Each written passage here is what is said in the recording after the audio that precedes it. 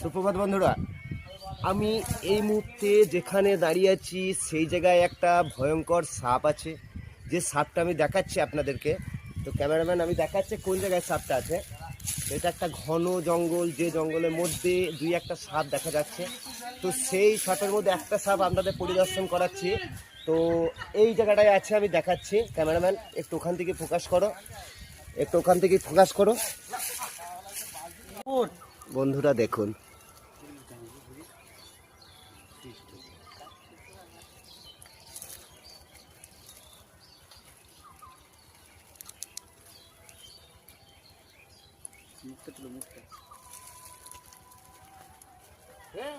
খেলা ভিত্তিতে চলছে এক পাল ঘূর্ণ গেল পায়খানা লেগেছে যায় না